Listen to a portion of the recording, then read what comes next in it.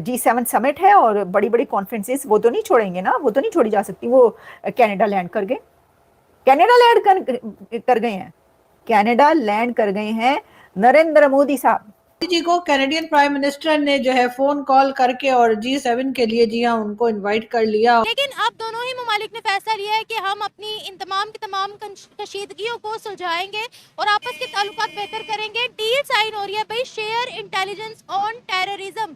आपको याद होगा कनाडा में हिंदुस्तान से जो स्टूडेंट जाते हैं पढ़ने के लिए, वीजा लेके जाते हैं, स्टडी वीजा जो होता है वो पढ़ने के लिए जाते हैं। अब उससे क्या होता है, किसी तरह से ये पूरा प्रोपेगेंडा चला है कि भाई मोदी को ना लाओ, ये मत करो। इन लोगों ने काफी हद तक काफी प्रोपेगेंडा करा। पन्नू ने पोस्टर्स, वीडियोस, ये वो पूरे प्रोटेस्ट चल रहे हैं चारों तरफ। वर्ल्ड सिख ऑर्गेनाइजेशन, ये जो इसका क्या है वो सिक्स फॉर जस्टिस, पता नहीं क्या ऑर्गेनाइजेशन है, बड़े जबरदस्त इन लोगों ने कोशिशें करी हैं, लेकिन मोदी साहब वहां पर खैर पहुंच गए। और ये चीज जो है इसका फिर शोर मचा और जो नए प्राइम मिनिस्टर हैं मार्क कार्नी, उनको इस चीज का पता चला कि नहीं, ये अगर हमने ना बुलाया तो हम हमेशा हमेशा गेम से बाहर हो जाए। बात कैसे किस तरफ चल रहे हैं? एक तरफ नरेंद्र मोदी G7 समिट में जा रहे हैं, म्यूचुअल कोऑपरेशन की बात कर रहे हैं, कनेक्टिविटी की बात कर रहे हैं, टेक्नोलॉजी की बात कर रहे हैं, और दूसरी तरफ पाकिस्तान के साथ बॉर्डर बंद।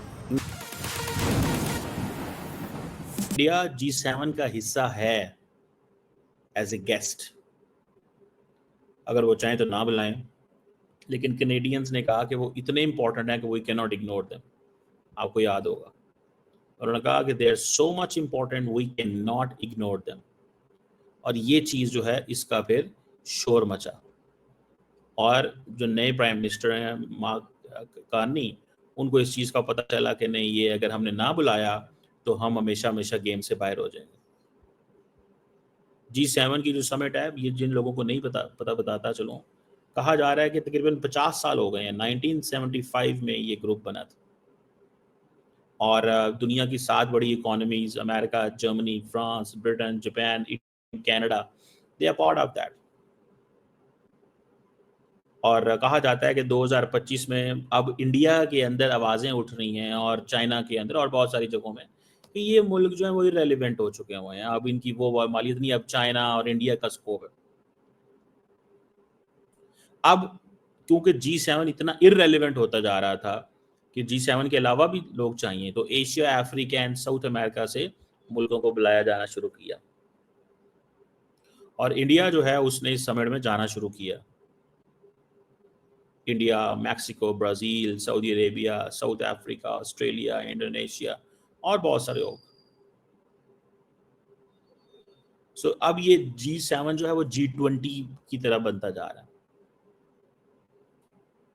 और ये जो नरेंद्र मोदी साहब को इनवाइट किया गया है, यहाँ पे जारी बात है, they have a specific geopolitical agenda, उनका स्पेसिफिक जियोपॉलिटिकल का एजेंडा है मोदी साहब को इनवाइट करना, specific, and they know and they do value इसकी, उनको समझ है। अब ये जो मोदी साहब वहां पहुंचे हैं,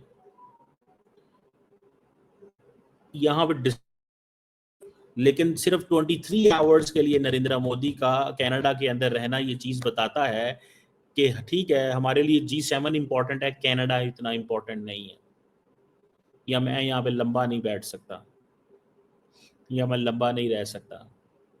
क्योंकि मोदी साहब साइप्रस से G7 गए थे, वापस फिर वो क्रोएशिया आकर रुकेंगे, वापस फिर उधर आकर रुकेंगे। और यूरोप क्यों इंपॉर्टेंट है सारे का सारा? Because of India middle east Europe economic corridor, ये उसकी वजह से इंपॉर्टेंट है।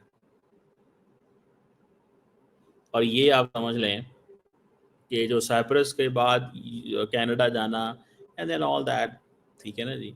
सो मुझे लगता है कि मोदी साहब सिर्फ और सिर्फ हाथ लगाने गए हैं, उनको इस चीज़ की समझ है कि ठीक है कनाडा इंपॉर्टेंट है, but that does not mean कि हमें, और ऊपर से फिर वो ट्रम्प साहब भी चले गए।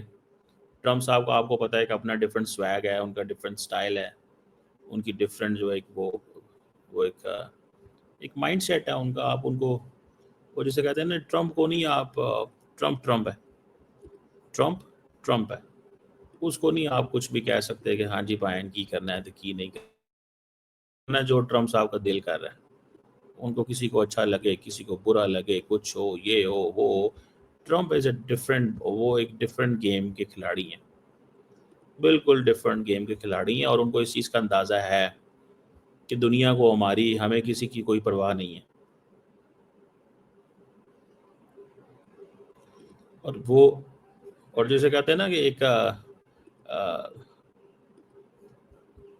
एक वो चीज़ जिसे वो अब तो वो ये इस चीज़ पे बातें की जा रही हैं कि जनाब ट्रम्प के होते हुए how can things be normalize. France अपनी कॉन्स्पिरेसियाँ बीच में कर रहा है कि क्या करना चाहिए क्या नहीं करना चाहिए।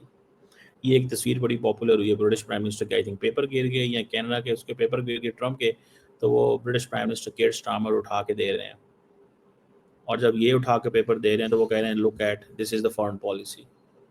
ये सारी की सारी फॉरेन पॉलिसी है, ये सारी की सारी फॉरेन पॉलिसी है, दैट्स इट, इसके अलावा कुछ भी नहीं है।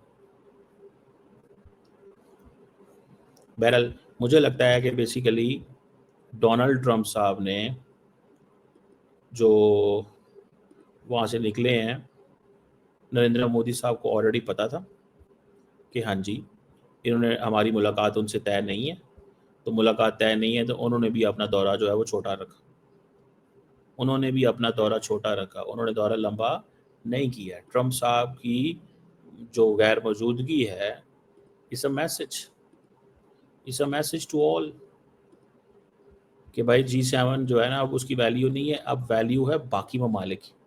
वो ममालिक जो अफ्रीका से आए हैं, वो ममालिक जो साउथ अमेरिका से हैं लाइक ब्राज़ील, वो ममालिक जो बाकी से हैं।